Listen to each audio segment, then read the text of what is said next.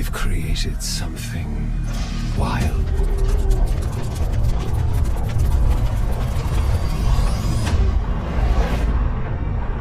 With a fire in its belly. This thing draws everything in, moving silently, night and day, into the deepest blacks and brightest lights. Its eye, razor sharp.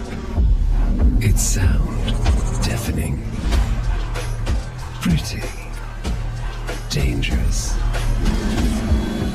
So why would anyone give this beast more power? You'd have to be reckless.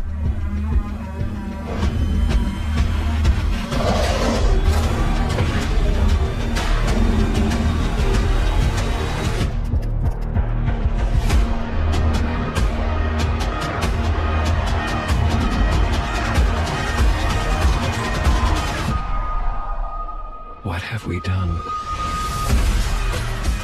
And more importantly, what will you do?